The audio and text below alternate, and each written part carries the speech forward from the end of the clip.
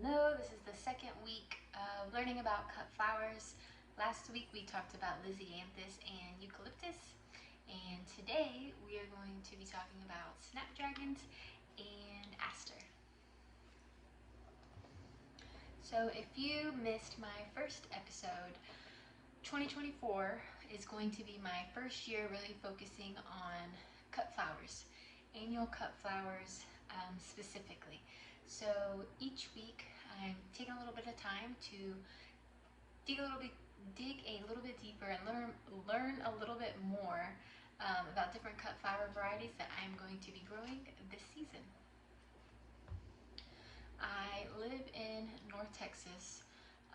Last year temperatures were 45 or 55 days straight in triple digits, and then 45, 55 days, I can't remember, one of them flip-flopped of no rain. So I am a little nervous come summertime. So I think spring, fall is really going to be my areas that I'm going to do well, going to exceed in. I am going to strategically place these flowers though, well, to the best of my ability, where they hopefully get more of morning sun and early afternoon, but hopefully when it's the peak heat of the day, hopefully they're more shaded. That's my goal anyways. But anyways, let's get started and let's talk about snapdragons. So the snapdragon variety that I have from Johnny Seeds that I'm going to be growing is Chantilly Light Salmon. I got a 50-pack seeds. With a lot of these seeds that I am going to be starting, I'm going to do 50, like a 50 cell tray for my 50 seed packets. So this snapdragon variety that I have is 100 to 110 days maturity. And if I'm not mistaken, that's after they've germinated, and it takes 7 to 14 days for germination. Their height is 28 to 36 inches tall, so 2 to 3 feet range. And I'm going to sow them 8 to 10 weeks before my last frost date. So lisianthus, probably won't get to it this weekend. My goal is next weekend. I really need to do lisianthus like ASAP. But I'm going to do lisianthus. I'm trying, as I do these videos for you all, I'm trying to do also the order in which I'm going to be sowing the seeds. So lisianthus first, eucalyptus second, and then third is going to be snapdragons for me. Light is required for germination. This is similar to eucalyptus in that it recommends putting a fine layer of vermiculite on top of the seed. Again, I don't have vermiculite. I might have to invest in vermiculite. I'm not sure. But it just says there's a fine layer of vermiculite over the seed. Vermiculite does help to prevent algae as well as maintain that moisture. I don't know. I might be talking myself into it. I might buy some vermiculite. If you start seeds without vermiculite, let me know in the comments below if you have success doing that. It says bottom water or mist. I always bottom water. I don't even, well, I guess I do have a mister, but I bottom water. For bushier plants, snapdragons is one that you can pinch. It says once plants are about 4 inches tall, pinch it, cut it half, so it's about 2 inches tall.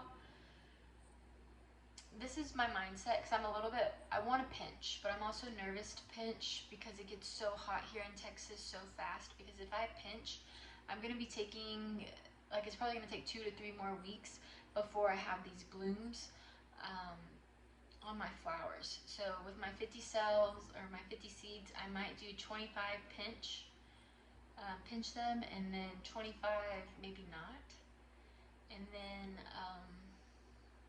I don't know, I can kind of, like a little experiment, I can see, you know, kind of which one does best, how it goes if it does get hot too quickly.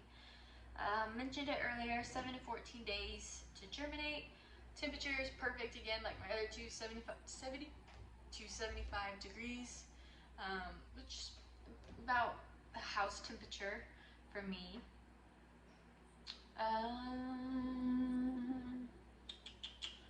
It says once you have 3 to 5 true leaves. It also mentions 50 to 55 degree nights and 60-degree days to move Snapdragons out. Again, I'm getting a little nervous about Snapdragons just with how my weather climate is and how hot it gets here so quickly. So I'm definitely going to focus Snapdragons on getting morning sun as much as possible, because they also can do well in part shade. And sorry if you hear background noise, they're putting out hay right now. Let's see, so sun to part shade, we mentioned that. Well drained, soil moist. I think they all pretty much say make sure you have well drained soil. I mean, I can't really think of much of a scenario where you want roots to just be in constant moisture. You know, they can just get raw and get weird.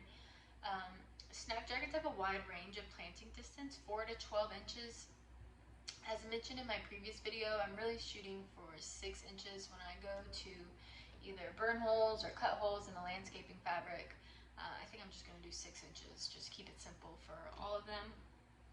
And then we harvest Snapdragons when 1/3 to 1/2 spike are open. Ooh, I'm so excited. So this Snapdragon variety, I'll have the picture for you all, is absolutely stunning. This whole kind of when I was going through Johnny Seeds and picking out different flower varieties, I don't know, you'll probably get the little theme I was going for, but just absolutely stunning and romantic. Okay, so next seed that I'm going to be starting from Johnny Seeds again is king size apricot aster. So I'm super excited. It looked like this big beautiful bloom. Again, it's kind of in the color palette, color theme that I'm going for. So yeah, this one was kind of, when I went on Johnny Seeds, I had a few varieties that I was knew I wanted to purchase, but I wasn't sure like what color I was gonna go for. But Aster, this one was a wild card for me. This was like a last minute, I put it in my cart. So we shall see. Let's see. So days to maturity, again, 110 to 120.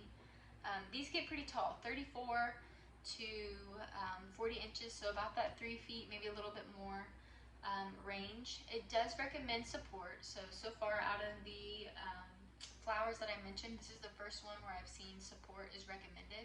So my thought process, again, just first year, getting started, getting my toes wet, I might put them along a fence, like a fence line, to help with support. I might do that. Says, so 1/8 of an inch deep in the container, and so this one is 6 to 8 weeks before last frost date. So this one is going to be definitely started in the 2024 season. And then it says, you know, obviously harden off your seedlings, but you can transplant after your last frost.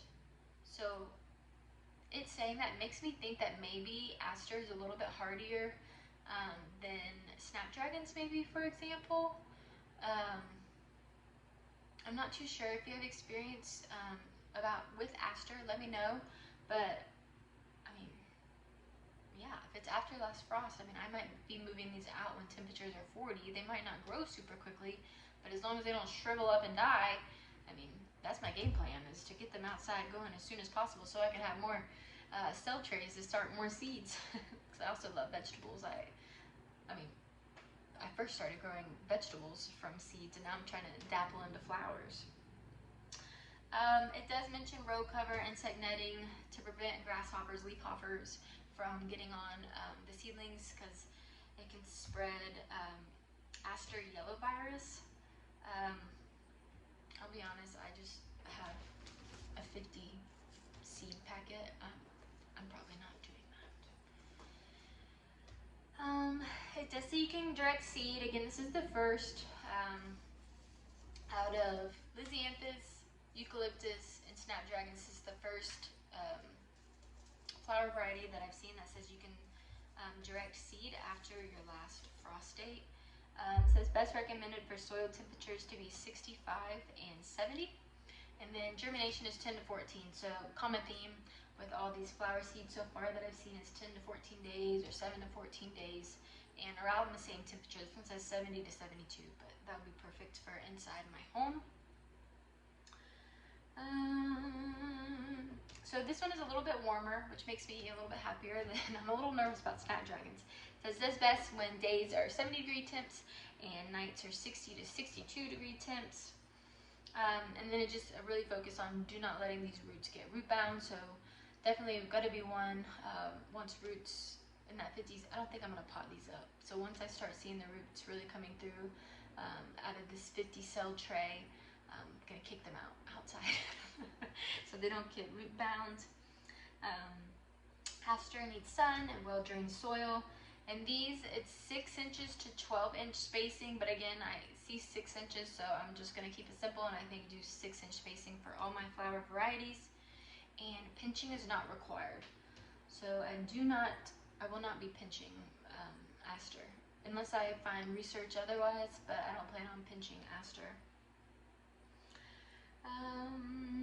And it says, harvest when outside ray florets begin to open, and then a key point was place immediately in water. Again, this is my 4th flower variety going over. This is the one variety that it specifically states that, so I will be sure to have a water bucket out there with me, so once I cut them, to drop them in some water. If you grow Snapdragons and Aster, if you have little success tips, if you would, please leave them in the comments for me, because I am so excited. The sun's shining. We're in the middle of December, and I don't know if you guys can see, but the sun is shining. It's like a high of like 50, it's supposed to be 60, but it says 59. 59 today, can't complain, but I am getting so excited for this upcoming growing season. Well, for vegetables, yes, but specifically now flowers, I'm so excited.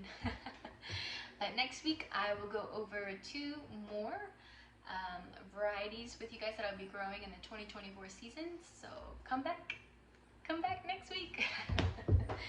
Bye.